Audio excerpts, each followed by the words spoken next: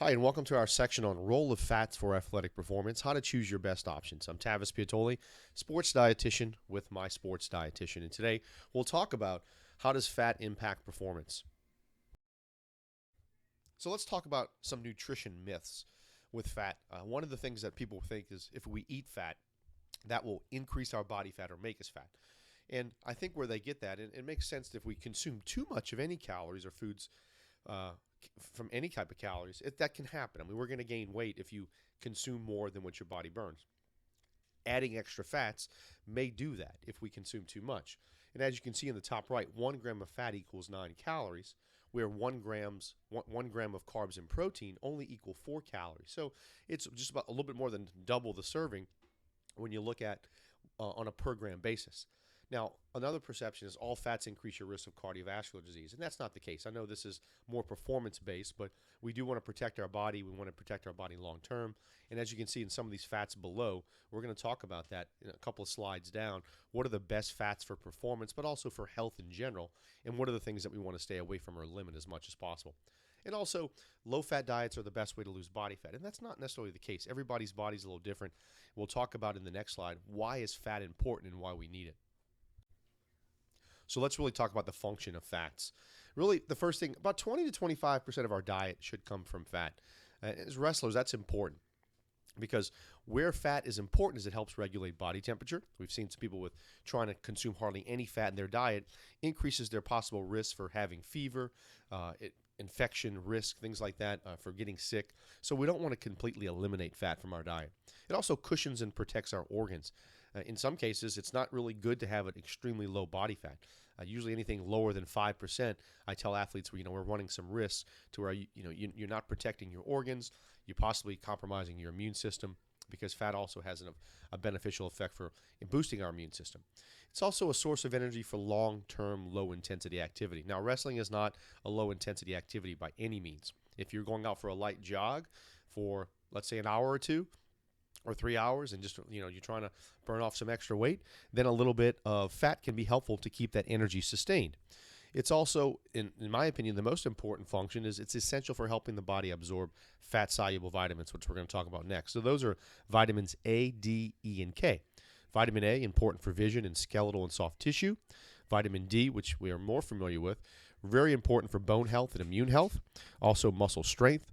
Vitamin E is an antioxidant that protects our organs and tissues from damage, and vitamin K helps with bone health as well.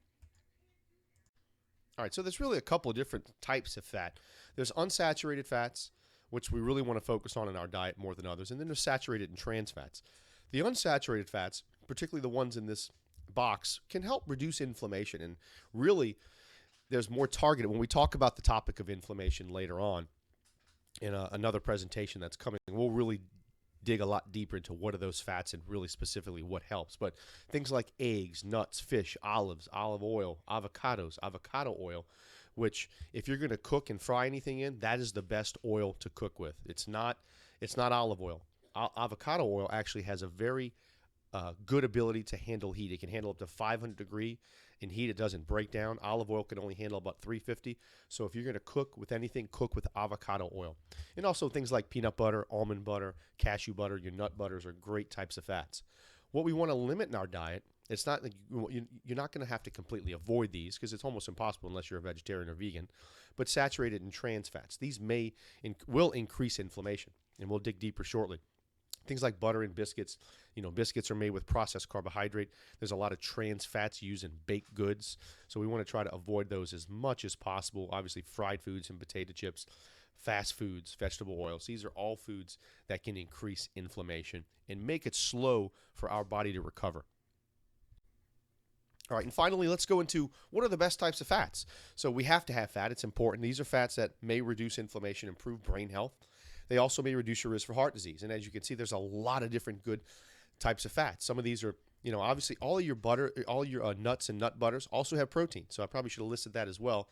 But also a lot of fish, salmon, halibut, mackerel, trout. These are great omega-3 fats. Omega-3 is your most powerful when it comes to reducing inflammation. and they're very important to have in our diet. In some cases, people don't like eating those types of fish, so it's important to maybe take a fish oil supplement, which I recommend to all of my athletes.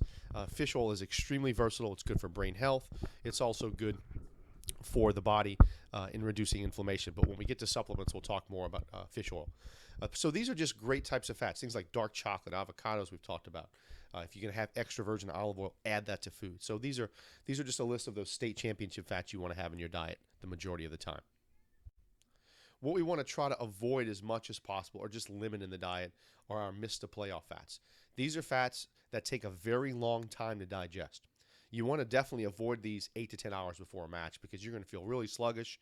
They're still going to be sitting in your system. If you have a little bit, that's not a big deal. If you put a little bit of mayo on a sandwich, not a big deal, but I don't recommend a pre-match meal, which most wrestlers don't do, but in some cases, I've seen this on a food log, is, you don't want to have a fast food hamburger and french fries and drink a water. That's just would not be a great fast food pre-match meal, because that's going to sit in your stomach. I wouldn't even advise eating that the night before.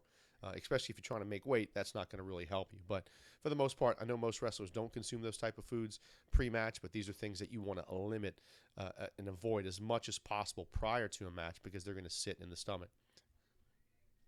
As always, if you guys have any questions, you can always email me at tpiatoli@mysportsd.com.